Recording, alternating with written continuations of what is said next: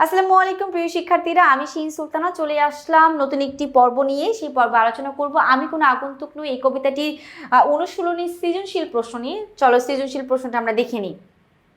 বিস্তর জোনাকি কোথায় দেখা যায়? বিস্তর জোনাকি বাঁশবাগানে দেখা যায়। ওকে, আমি কোনো আগন্তুক নই, কবি এই কথা বলেছেন কেন? কবি আগন্তুক শব্দের অর্থ হচ্ছে অপরিচিত বা মেহমান বা অতিথি, এগুলোর কোনো কিছুই কবি না। কবি তার জন্মভূমিকে এত পরিমাণে ভালোবাসেন, সেই ভালো লাগার কারণে তিনি আগ্রহ হয়ে বলেছেন তিনি কোনো আগন্তুক নয়। তিনি তার সকল মানুষকে বোঝানোর জন্য বলেছেন তিনি অপরিচিত অতিথি নয়। তিনি অনেক জিনিসের উপাদানকে সাক্ষী হিসেবে মেনেছেন, প্রকৃতির জিনিসগুলোকে, আর সাক্ষী হিসেবে মানতে গিয়ে তিনি বলেছেন তিনি আসলে কোনো আগন্তুক নয়, তিনি এখানকারই চিরচেনা স্বজন একজন। তো যদি আমরা দেখি খ নাম্বার প্রশ্নে কি আলোচনা আছে, খ নাম্বার প্রশ্নটা যদি আমরা দেখি তাহলে এগুলো একটু আমরা আলোচনা করব। দেখো, কবি জন্মভূমির সাথে তার আজীবনের সম্পর্কে বোঝাতে আলোচ্য কথাটি বলেছেন। কবি গ্রামীণ বাংলার প্রতিটি উপাদানের সাথে তার আজন্ম পরিচয়ের কথা তুলে ধরেছেন। তিনি সাক্ষী মেনেছেন আসমান, বাঁশবাগান, জোনাকি, কদমফুল এবং পৌষের জ্যোৎস্নাকে, যারা কবির অস্তিত্বের সাথে ওতপ্রোতভাবে জড়িত। কবি বোঝাতে চেয়েছেন তিনি কোনো ভিনদেশি মুসাফির হিসেবে এখানে ক্ষণস্থায়ী অতিথি হিসেবে আসেননি, বরং তার শৈশব, কৈশোর এবং বর্তমান এই বাংলার কাদা জলে মিশে আছে। এই মাটির গন্ধে এবং প্রকৃতির প্রতিটি ধূলিকণায় তার যে অধিকার রয়েছে তা কেবল এই মাটির প্রকৃত সন্তানের পক্ষে অনুভব করা সম্ভব। মূলত নিজের অস্তিত্বের শিকড় যে এই বাংলার গভীরে প্রথিত, সে অকৃত্রিম আত্মপরিচয় স্পষ্ট করতে কবি এই উক্তিটি করেছেন। তো যাই হোক, কবি কেন কোনো আগন্তুক নয় সেটা বোঝানোর জন্য এই কথাগুলো উল্লেখ করেছেন। তো যাই আমরা বুঝলাম। এবার আমরা আলোচনা করব গ আর ঘ নিয়ে। গ ঘর জন্য আমাদের অবশ্যই উদ্দীপকটা ভালো করে পড়তে হবে। দেখো উদ্দীপকে কি আছে সেটা একটু আমরা লক্ষ্য করি এবং বলি। আবার আসিব আমি বাংলার নদী মাঠ ক্ষেত ভালোবেসে, জলাঙ্গির ঢেউয়ে ভেজা বাংলার এই সবুজ করুণ ডাঙায়, হয়তো দেখিবে চেয়ে সুদর্শন উড়িতেছে সন্ধ্যার বাতাসে, হয়তো শুনিবে এক লক্ষ্মী পেঁচা ডাকিতেছে শিমুলের ডালে, হয়তো খুয়ের ধান ছড়াইতেছে শিশু এক উঠানের ঘাসে, রূপসার ঘোলা জলে, হয়তো কিশোর এক সাদা ছেঁড়া পালে, ডিঙা বায় রাঙা মেঘ সাঁতরায় অন্ধকারে আসিতেছে নীরে, দেখিবে ধবল বক আমারই পাবে তুমি ইহদের ভিড়ে। যাক, বিখ্যাত কবি, প্রকৃতিপ্রেমী কবি জীবনানন্দ দাশের একটি সুন্দর কবিতার আবার আসিব ফিরে, সেই কবিতার একটা লাইন কবি বলেছেন আমি মারা যাব, মারা গেলে আমি মানুষ না হয়ে আমি বিভিন্ন বেশি প্রকৃতিতে আসব। যেমন সে আবার আসবে বাংলার নদী মাঠ ক্ষেত, এই জিনিসগুলোকে ভালোবেসে সে আবার ফিরবে। জলাঙ্গির ঢেউ ভেজা বাংলার সবুজ করুণ ডাঙায় সে আসবে। হয়তোবা অনেকে সুদর্শন সুদর্শন পাখি, সে সুদর্শন পাখি উঠতেছে সন্ধ্যার বাতাসে, কবিকে সেখানে খুঁজে পাওয়া যাবে।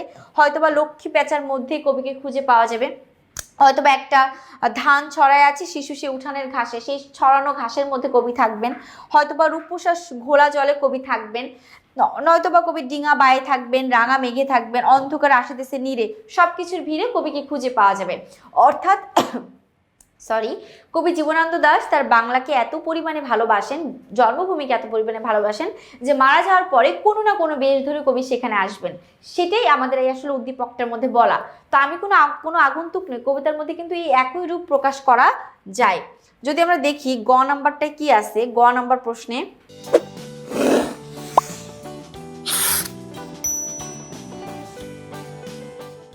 উদ্দীপকে ফুটে ওঠা চিত্রের সাথে আমি কোনো আগন্তুক নই কবিতার সাদৃশ্যপূর্ণ দিকটি ব্যাখ্যা করো। দেখি কবিতার সাদৃশ্যপূর্ণ দিকটি আমরা কি ব্যাখ্যা করব। আর ঘ নাম্বার প্রশ্নটা আমরা একবার একটু পড়ে যাই, তাহলে একসাথে আমাদের সলভ করতে সুবিধা হবে। ঘতে আছে উদ্দীপকের সঙ্গে আমি কোনো আগন্তুক নই কবিতার চেতনাগত বৈসাদৃশ্য বেশি, যুক্তি সহ বিশ্লেষণ করো। আচ্ছা হ্যাঁ, একটা করছে উদ্দীপকের গ নাম্বার আছে কোন দিকটা সাদৃশ্যপূর্ণ সেটা, আর ঘতে চেতনাগত বৈসাদৃশ্যই বেশি। কারণ উদ্দীপকে জীবনানন্দ দাশ তিনি ভালোবেসে প্রকৃতিতে আবার ফিরে আসতে চান, আর কবি আহসান হাবিব বলেছেন তিনি অপরিচিতই কোনো মানুষ না, তিনি এখান থেকে গেলেও সবাই তাকে চিনবে। তো চেতনাগতভাবে একটু আলাদা আছে। তো এখন আমরা যদি গ ঘ একটু মিলাই, সেটা কিভাবে মিলাইতে পারবো সেটা তোমাদের সঙ্গে একটু আলোচনা করে দিই। দেখো গ নম্বরে আছে উদ্দীপকে ফুটে ওঠা চিত্রের সাথে আমি কোনো আগন্তুক নই কবিতার স্বদেশ প্রেম ও বাংলার চিরচেনা প্রকৃতির সাথে যে নিবিড় আত্মীয়তার সম্পর্ক সেটা প্রকাশ পাইছে। আহসান হাবিবের আমি কোনো আগন্তুক নই কবিতায় কবি নিজেকে এই বাংলার ধুলো কাদা মাখা পথের একজন হিসেবে দাবি করেছেন। তিনি প্রকৃতির প্রতিটি অনুষঙ্গের সাথে তার আজন্ম পরিচয়ের কথা তুলে ধরেছেন। কবি নিজেকে ভিনদেশি প্রতীক মনে করেন না, বরং তিনি এই প্রকৃতির অবিচ্ছেদ্য একটি অংশকেই বেছে নিয়েছেন।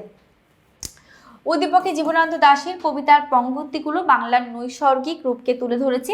সেখানে শিমুলের ডালে লক্ষ্মী পেঁচা, উঠানের ঘাসে শিশুর খই ছড়ানো কিংবা জলাঙ্গির ঢেউ ভেজা সবুজ বাংলার করুণ রূপের চিত্র ফুটে উঠেছে চমৎকারভাবে। এই উভয় জায়গাতেই দেখা যায় বাংলার সাধারণ তুচ্ছ জিনিসের প্রতি কবির মমত্ববোধ এবং গভীর এক ধরনের টান উল্লেখ আছে বা লক্ষ্য করা যায়।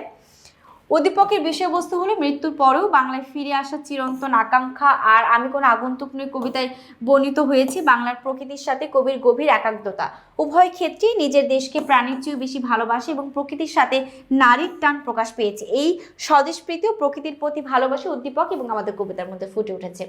যাই হোক, এবার আমরা আলোচনা করব ঘ নাম্বারে বলেছি কি উদ্দীপকের সঙ্গে কবিতার একটা চেতনাগত মিল থাকলেই বৈসাদৃশ্য একটু বেশি রয়েছে। আচ্ছা, একটু বৈসাদৃশ্য বেশিগুলো কি আমরা দেখি। উদ্দীপকের সঙ্গে আমি কোনো আগন্তুক নই কবিতার চেতনাগত বৈসাদৃশ্যই বেশি, মন্তব্যটি যথার্থ।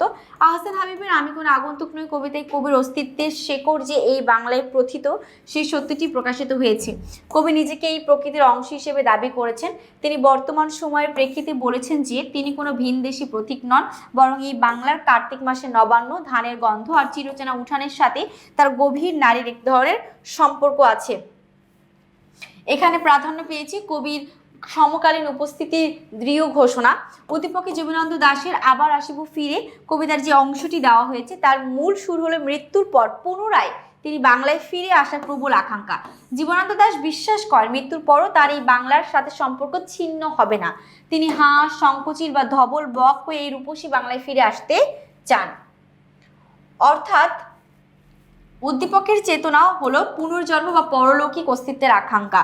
উদ্দীপকেও আমি কোনো আগন্তুক নই কবিতায় চেতনাগত পার্থক্যের প্রধান জায়গাটি হলো কবি বর্তমানে তার উপস্থিতির অধিকার। আচ্ছা, এখানে আমাদের একটু মিসিং আছে। যাই হোক, আমরা গ নাম্বারটা বলে দিই। উদ্দীপকের সঙ্গে কবি পুরাপুরিভাবে আমাদের এই চেতনার মধ্যে ধারণ করে নেয়। কবি আহসান হাবীব তার বাংলার মধ্যে বর্তমানে থাকতে চান এবং বর্তমানে তাকে যে সকল ধরনের মানুষ চেনে সেটার স্পষ্ট রূপ প্রকাশ করেছে। কিন্তু উদ্দীপকে সেই স্পষ্ট রূপটা না, উদ্দীপকে কবি মৃত্যুর পরও ফিরে আসতে চান। সেই জন্য বলতে যাই যে কিছু কিছু স্বদেশ প্রেম এবং প্রকৃতি প্রীতির প্রতি উদ্দীপক এবং আমাদের কবি আহসান হাবীবের মিল থাকলেও পুরোপুরিভাবে চেতনাগতভাবে মিল নাই। আশা করছি তোমরা সকলে বুঝতে পেরেছো। আজকের ক্লাসটি এই পর্যন্তই। সকলে ভালো থেকো, সুস্থ থেকো। আল্লাহ হাফিজ, আসসালামু আলাইকুম।